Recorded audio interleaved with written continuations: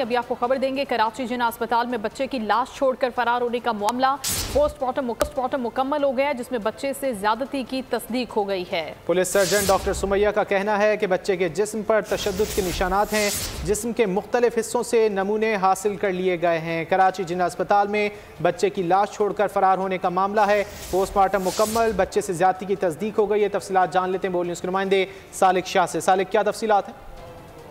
आज दोपहर में जिस बच्चे की लाश को जिला अस्पताल में कार सवार छोड़कर फरार हुए थे, जिसकी बाद तस्दीक, उसके नाम की तस्दीक थी वो रावल के नाम से हुई थी। अब उसका पोस्टमार्टम मुकम्मल कर लिया गया है। जिला अस्पताल काम का ये कहना है कि एडिशनल पुलिस सर्जन का ये कहना है कि बच्चे के साथ इब्तदाई रिपोर्ट उसमें ज्यादती की तस्दीक हुई, जबकि बच्चे के जिस्म के मुख्तलिफ हिस्सों पर तशद्दुद के निशानात भी पाए गए हैं। उसके जिस्म के मुख्तलिफ हिस्सों पर जख्म है, कुछ पुराने हैं कुछ नए हैं। जबकि जो ट्रैफिक हादसे के नतीजे में उस बच्चे के जिस्म के जो ऊपर का जो हिस्सा है, जो दाएं हाथ जो है, उस पर वहां पर जख्म के निशानात मिले हैं। हुकाम ये बता रहे हैं कि बच्चे के जो इब्तदाई तौर पर जो पोस्टमार्टम रिपोर्ट है उसमें इस बात की ज्यादती की तस्दीक होने के साथ साथ उस पर टॉर्चर की तस्दीक भी की जा रही है।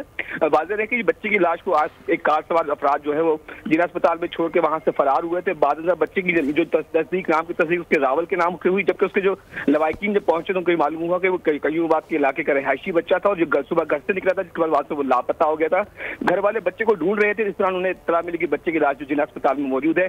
और अब पुलिस काम उस CCTV फुटेज की मदद से उस कार सवार मुलजिमान को तलाश करने की कोशिश कर रही है, जो बच्चे की लाश को लेकर यहाँ जिला अस्पताल छोड़ने के बाद यहाँ से फरार हुए थे। पुलिस का काम यही बता रहे हैं कि मुमकिन तौर पर बच्चे को किसी मुकाम पर जो है वहाँ पर एक्सीडेंट का बच्चा शिकार हुआ है, जिसके बाद यहाँ पर उसको लाया गया। लेकिन ये ज्यादती कब हुई है, इस वाले से काम ये बता रहे हैं कि वो इसको एटॉप्सी में ये तमाम चीजें सामने आएंगी। बाद में के इस ज्यादती की जो वक्त है उसकी नौयत कब की थी, कितने दिन पुरानी थी, लेकिन इब्तदाई तौर पर यह बात अब कन्फर्म हुई है कि बच्चे के साथ ज्यादती की गई थी। जी सालिक शाह, बहुत शुक्रिया तफसीलात के लिए। और लाड़काना में नामालूम खातून शेख जैद चिल्ड्रन अस्पताल की इमरजेंसी में नौमौलूद बच्चा छोड़कर लापता हो गई है। इंतजामिया का कहना है कि अस्पताल में रवां साल 3 लावारिस बच्चों को छोड़ा गया, जिसमें से 2 जाँ बहक हो गए। कल भी एक खातून बच्चे के वालिदैन के फर्जी नामों से अस्पताल में इंदराज करवाकर बच्चा छोड़कर चली गई। ज़ईफ खातून का हाल लापता है। इंतजामिया ने पुलिस को लावारिस बच्चे के मुतालिक आगाह कर दिया। ख्वाहिश घरेलू मुलाजमा का जुर्म बन गया। लाहौर के थाना कैंट की हुदूद में मालिक मकान ने 40 साल मुलाजमा की 11 साल की खिदमात को भुला दिया और शबनम पर पेट्रोल छिड़क कर आग लगा दी। घरेलू मुलाजमा इंतहाई तशवीशनाक हालत में लाहौर में अस्पताल में जेर इलाज है।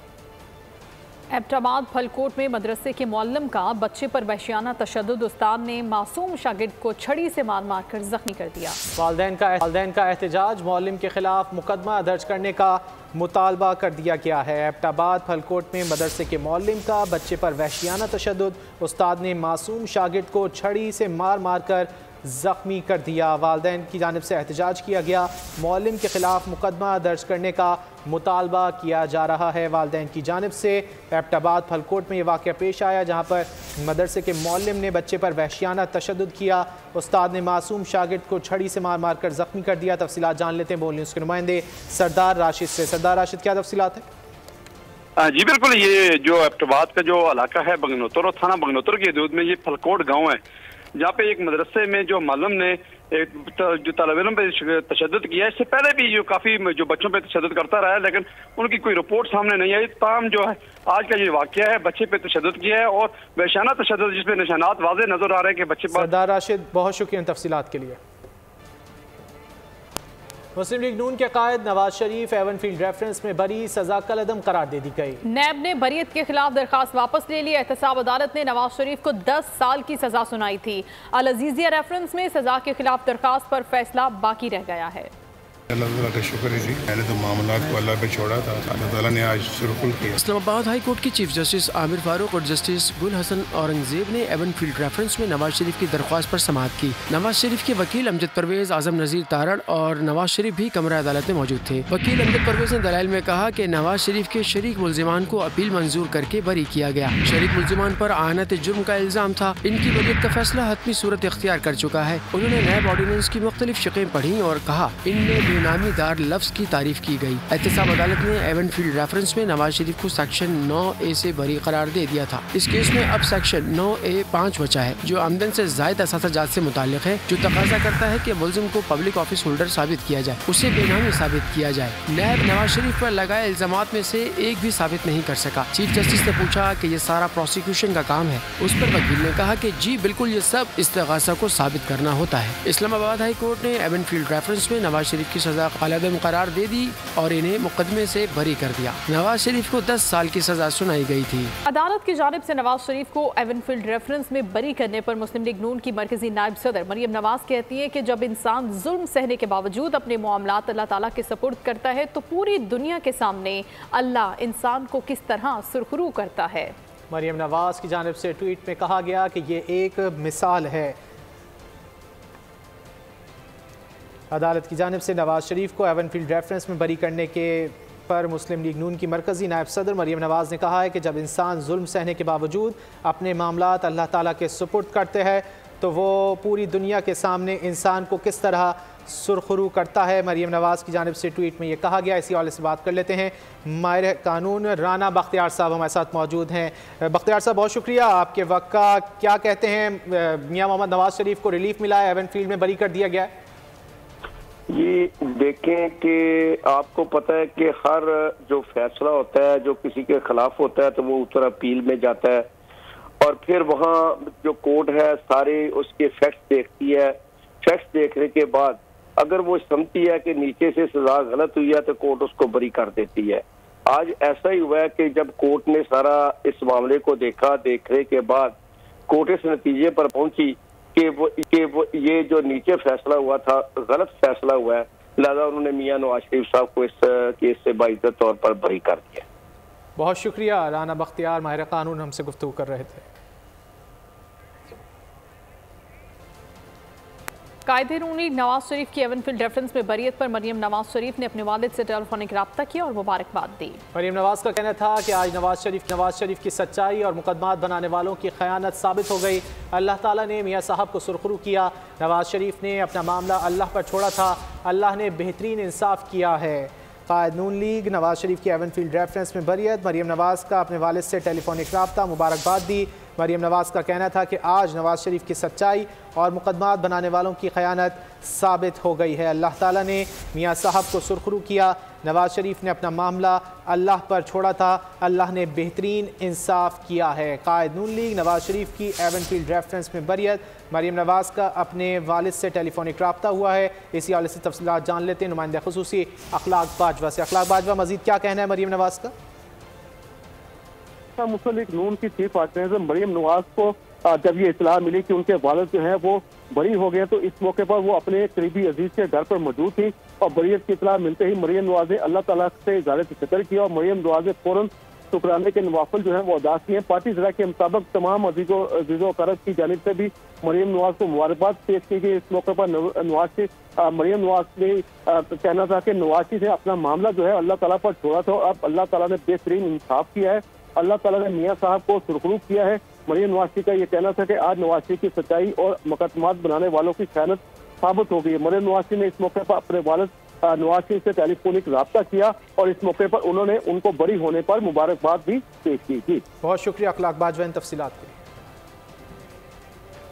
आम इंतखाबात मुलतवी करने के लिए इलेक्शन कमीशन में एक और दरख्वास्त दायर कर दी गई। दरख्वास्त में कहा गया है कि मुल्क के कुछ अजला फरवरी में शदीद बर्फबारी की लपेट में होंगे। ऐसे अजला में निज़ाम ज़िंदगी मई तक मुकम्मल मफलूज रहता है। सर्द अजला के बासियों के लिए वोटिंग के लिए यकसा मौके फराहम किए जाएँ। आम इंतखाबात के इल्तवा के लिए दायर दरख्वास्त में आर्टिकल 4 का भी हवाला दिया गया है। 90 दिन इलेक्शन केस इंतखाबात में ताख़ीर के जिम्मेदारों के खिलाफ कार्रवाई की जाए। सुप्रीम कोर्ट में जल्द समाअत के लिए मुतफरिक दरखास्तें दायर कर दी गईं। दरख्वास्त गुजार ने मौक़िफ़ इख्तियार किया कि जस्टिस अतहर मिनुल्लाह ने अपने नोट में सदर मुमलिकत को इलेक्शन में ताख़ीर का जिम्मेदार करार दिया है। दरख्वास्त गुजार ने कहा, हमारी अपील को 4 दिसंबर से शुरू होने वाली समाअत के साथ सुना जाए। नून लीग ने सिंध में लेवल प्लेइंग फील्ड के लिए इलेक्शन कमीशन से रुजू कर लिया। दरख्वास्त में लिखा कि सूबे में मुनज़्ज़म बदउनवान नेटवर्क चल रहा है। पीपल्स पार्टी के लीडर्स और वुज़रा के पास अहम महकमों और अजला का कंट्रोल है। पीपल्स पार्टी की इलेक्शन मुहिम बशमूल जलसे और रैलियां मकामी हुकूमत के फंड से फाइनेंस हो रही हैं। इलेक्शन कमीशन मुदाखलत करे और तहकीकात कराए ताकि सिंध में सबको बराबरी के मौके मिलें। सूबाई इलेक्शन कमीशन के अफसरान और मेंबरान के साबिका सिंध हुकूमत से करीबी ताल्लुकात हैं, उन्हें तहकीकात में शामिल न किया जाए। चीफ मिनिस्टर साहब से एक ही मैंने मिसाल भी कोट की हुई है कि मैंने सीएम साहब से मिलना चाहा हमारे वफद में, और हमने उनको ये रिक्वेस्ट की कि जी आप हमारे जो मैं आपके साथ मिलना चाहता हूँ। थोड़ी देर बाद उनके प्रोटोकॉल अफसर का फ़ोन आया कि जी आप वफद के सूरत में मिलना चाहते हैं या अकेले। मैंने कहा कि हम मिलेंगे लेकिन वो अकेले होंगे, उनका कोई स्टाफ का अफसर साथ नहीं होगा। हम उनके साथ अकेले में कोई मारूज़ात पेश करना चाहते हैं। हो सकता है उनके स्टाफ पे हमें कोई रिजर्वेशंस हो, तो उसके बाद शायद प्रोटोकॉल अफसर ने उनको बताया ही नहीं कि मेरी कोई रिक्वेस्ट भी आई है, और उनको पता ही नहीं।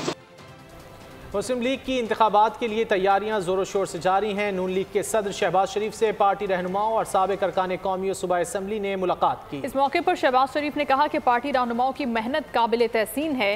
नून लीग के खिलाफ हमेशा से ही साजिशें की गई, लेकिन पार्टी हर बार पहले से मजबूत होकर अवामी हिमायत में इक़्तिदार में आती है। कि हम इंशाअल्लाह मियां नवाज शरीफ की क़यादत में मैदान में उतरेंगे और पाकिस्तान की जो यूथ है, पाकिस्तान की जो नौजवान नस्ल है, उनको तालीम के जेवर से आरास्ता पैरास्ता करने के लिए और उनको इज्जत और वकार के साथ जॉब पाकिस्तान के अंदर और बाहर मुहैया करने के लिए इन करोड़ों नौजवान बच्चों और बच्चों के लिए नवाज शरीफ इंशाअल्लाह इलेक्शन कैंपेन में भरपूर अपना प्रोग्राम का ऐलान करेंगे। और इसके साथ साथ माशरे में तमाम दूसरे जुड़े हुए तबकात के लिए इंशाअल्लाह हम अपना मंशूर लेके आएंगे, जो कि दोबारा उसी सफ़र की निशानदेही करेगा जिसका खात्मा नवाज शरीफ के दौर में किया गया।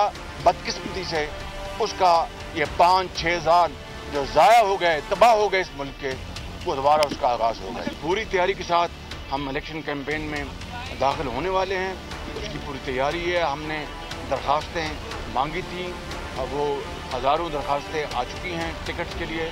अब पार्लियामेंट बोर्ड तश्कील में वो तश्कील दिया जा चुका है और इंशाअल्लाह वो हम एक्सरसाइज करके हम इलेक्शन कैंपेन में निकल जाएंगे।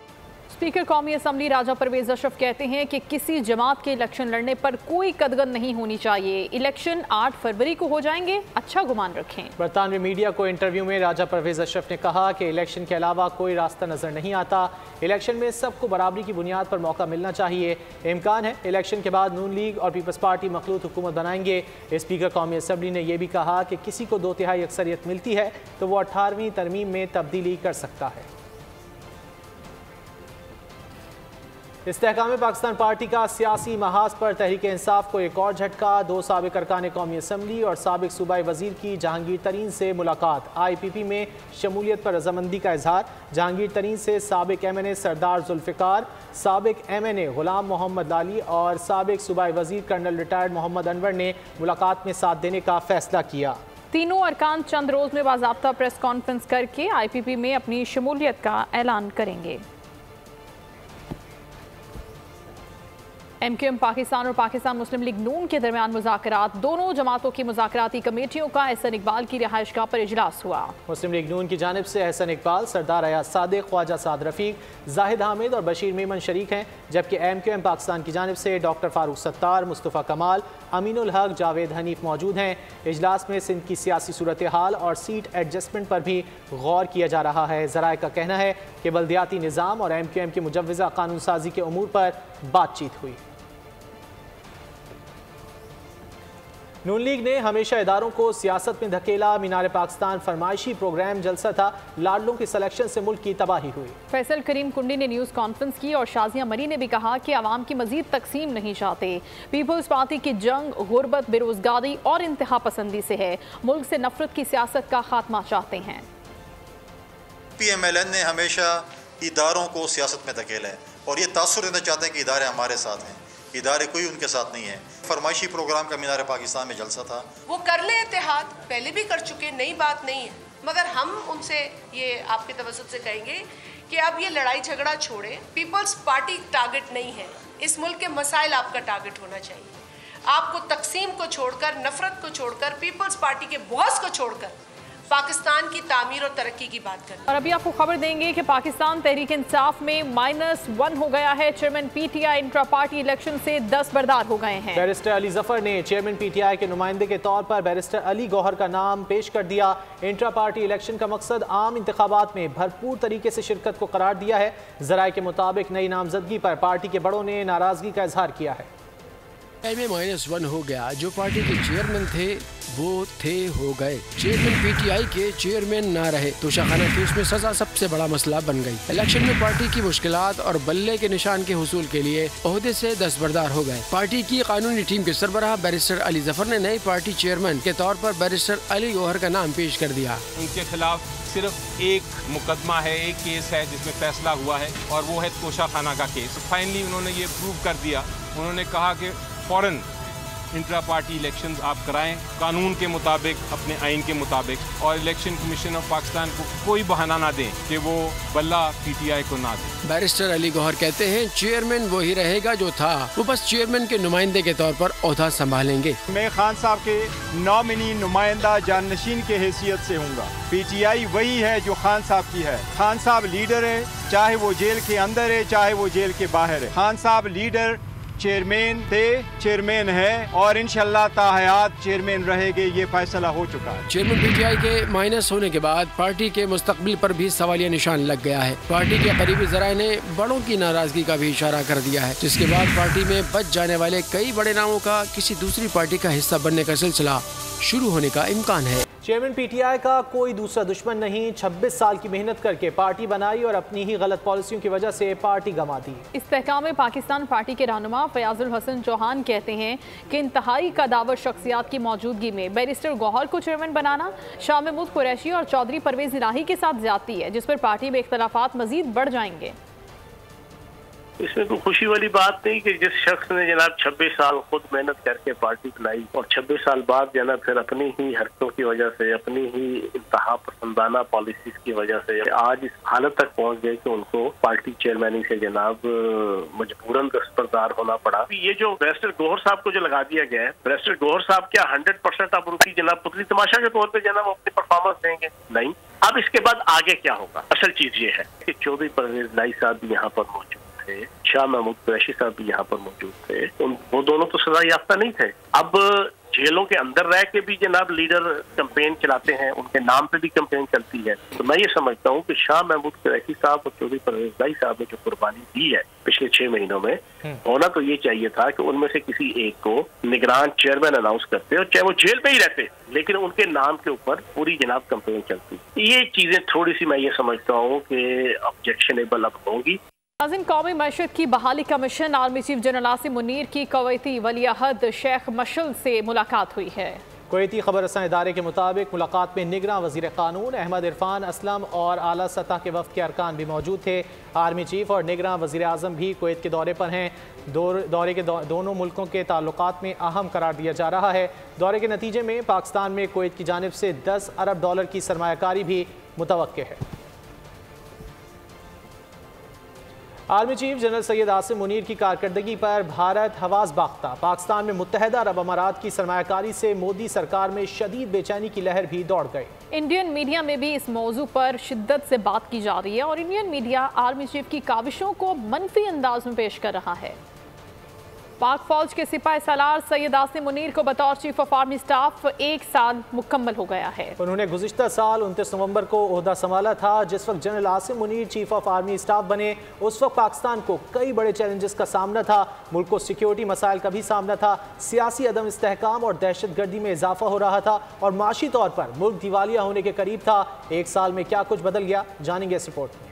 सिपह सालार सैयद आसिम मुनीर का 1 साल अमन व अमान, इस्तेहकाम और मईशत की बहाली की मिसाल। पाकिस्तान को सिक्योरिटी मसाइल, मईशत और सियासी अदम इस्तेहकाम का सामना था। गुज़िश्ता हुकूमत की पॉलिसियों की बिना पर मुल्क माशी तौर पर दिवालिया होने के करीब था। ऐसे में army chief general Asim Munir ने हुकूमत के शाना बशाना दहशत गर्दों के खिलाफ कार्रवाइयाँ तेज की, जिसका नतीजा ये निकला कि दहशत गर्दों के कदम उखड़ने लगे। आर्मी चीफ ने अपने इदारे में भी एहतसाब के अमल को मिसाल बनाया। साथ ही चीनी, खाद, सीमेंट और दीगर माफियाज के खिलाफ कार्रवाइयाँ की गयी। बैनुल अक़वामी सरहद पर स्मगलिंग के खिलाफ क्रैकडाउन किया गया, जिसके नतीजे में महंगाई में कमी लाने में मदद मिली। गैर कानूनी अफगान महाजरीन के इनखला को यकीनी बनाना यकीनन पाक फौज की क़यादत का ऐसा इक़दाम था जिसका महज चंद माह पहले तक तस्वुर भी नहीं था। ज़राई शोबे के लिए लम्स और ग्रीन पाकिस्तान इनिशिएटिव जैसे इक़दाम से ज़राअत में जिद्दत लाना भी आर्मी चीफ का ही कारनामा है। जी, उन्होंने अच्छा रहा उनका 1 साल जो उनका रहा है। उन्होंने अपना दहशतगर्दी के खिलाफ जो इक़दाम अच्छे किए हैं,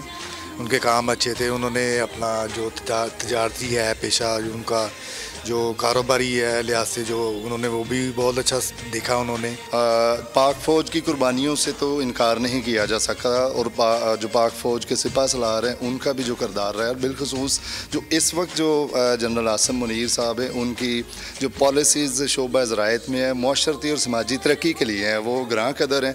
उसके अलावा अगर डिफेंसिव पॉइंट ऑफ व्यू से देखा जाए तो पाक फ़ौज की कुर्बानियाँ जो दहशत गर्दी के ख़िलाफ़ जंग में बिलखसूस जो सामने आई है वो भी काबिल तहसीन है। 1 साल से भी कम अरसे में ज़राई शोबे पर तवज्जो देने से कपास की पैदावार में 126% का रिकॉर्ड इजाफा भी सामने आया। मुल्क की मईशत को पायदार बुनियादों पर अस्तवार करने के लिए बैरून ममालिक से सरमायाकारी को फरोग और तहफ़्फ़ुज़ देने के लिए SIFC को कायम किया गया, जिसकी ताज़ा मिसाल हालिया दिनों में ही देखने को मिली, जब आर्मी चीफ की मौजूदगी में पाकिस्तान और मुत्तहदा अरब अमारात ने अरबों डॉलर की सरमायाकारी के लिए मफाहिमत की यादाश्तों पर दस्तखत किए। सऊदी अरब और चीन समेत दीगर दोस्त ममालिक से सिफारती ताल्लुकात को आर्मी चीफ ने 1 साल दौर में बेहतर किया। मसला कश्मीर के साथ फलस्तीन के मामले पर भी जनरल सैयद आसिम मुनीर ने 2 टोक मौक़िफ़ अपनाया। न सिर्फ पाकिस्तान बल्कि पूरी उम्मत मुसलमा की तर्जुमानी की। Army chief general Asim Munir और हुकूमत के मुश्तरका इक़दामात ही का नतीजा है कि डॉलर का रेट 308 से 286 पर पहुंच गया। पाकिस्तान एक्सचेंज 100 इंडेक्स 60,000 पॉइंट्स की तारीखी सतह पर पहुंच गई। मुल्क में आम इस्तेमाल की चीजें भी सस्ती हो रही हैं। चीनी की कीमत में 230 रुपए किलो से 140 रुपए फी किलो तक कमी आ गई। पेट्रोलियम मसनूआत की कीमतों में रिकॉर्ड यकमुश्त 30 रुपए की कमी देखने को मिली। सियासी अदम इस्तेहकाम के बावजूद 1 साल में पाकिस्तान ने तरक्की किए वो अहदाफ अबूर किए जिसका पाकिस्तानी तस्वुर भी नहीं करते थे, बल्कि ये सब इन्हें सिर्फ सियासी जलसों और नारों में ही सुनने को मिलता था। जनरल आसिम मुनीर ने साबित किया कि नीयत साफ और अज़्म बुलंद हो तो 1 साल के कलील अरसे में भी मुल्क को तरक्की की राह पर गामजन किया जा सकता है। पाकिस्तान और मलेशिया की मुश्तरका कमेटी बराए दिफाई ताउन का रावलपिंडी में 27 नवंबर से जारी 14वें इजलास का कल आखिरी रोज है। पाकिस्तानी वफ्द की क़यादत सेक्रेटरी दिफा lieutenant general retired Hamooduzzaman Khan ने की। मलेशियन वफ्द अतोक सरी एशाम इसहाक सेक्रेटरी जनरल वजारत दिफा की सरबराही में शरीक हुआ। मलेशियन सेक्रेटरी जनरल वजारत दिफा ने सेक्रेटरी वजारत दिफा और सेक्रेटरी दिफाई पैदावार से अलग अलग मुलाकातें भी की। इजलास में 2 तरफा दिफाई ताउन से मुतालिक अमूर पर तबादले ख्याल हुआ। मुश्तरका कमेटी की 2 ज़ैली कमेटियों ने दिफाई सनत और मिलिट्री ट्रेनिंग को ऑपरेशन में अब तक की पेशरफ्त का जायजा लिया। खबर खेल की। ऑस्ट्रेलिया का दौरा हमेशा ही चैलेंजिंग होता है। टेस्ट कप्तान शान मसूद की दौरे ऑस्ट्रेलिया के लिए तरबियती कैंप के खात्मे पर प्रेस कॉन्फ्रेंस। कहा कि टेस्ट प्लेइंग 11 सेट है, जरूरत पड़ने पर कुछ तब्दीलियां भी की जा सकती हैं। में कार रैली का इनेकाद किया गया। निगरान वजीर खेल और सकाफत सिंध जुनैद अली शाह कहते हैं कि टेप बॉल क्रिकेट सस्ता खेल है जो गली मोहल्लों में मकबूल है और अब इस खेल को मुकम्मल स्पोर्ट्स का दर्जा देने का वक्त आ गया है। देखते हैं सना आरिफ की रिपोर्ट। कराची में टेप बॉल क्रिकेट के फरोग का वक्रा अंदाज, चमचमाती शानदार गाड़ियों, स्पोर्ट्स कार्स की रैली का इनेकाद।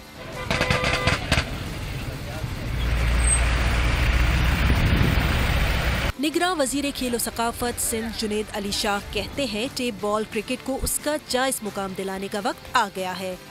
KTPL is basically tape ball cricket जिसकी फॉलोइंग बहुत है पाकिस्तान में और फॉलोइंग के साथ साथ it is a cheaper version of cricket, तो ये एक्सेसिबल है सबके लिए, खेलना आसान है, इसको गली में भी आप टेप बॉल खेल सकते हैं। जो उभरते हुए सितारे हैं कराची की गलियों के वो इंशाल्लाह आपको स्क्रीन पे भी नजर आएंगे और ग्राउंड में खेलते हुए भी नजर आएंगे। खेलों के फरोग के लिए कार रैली का इनेकाद खुश आइंद है।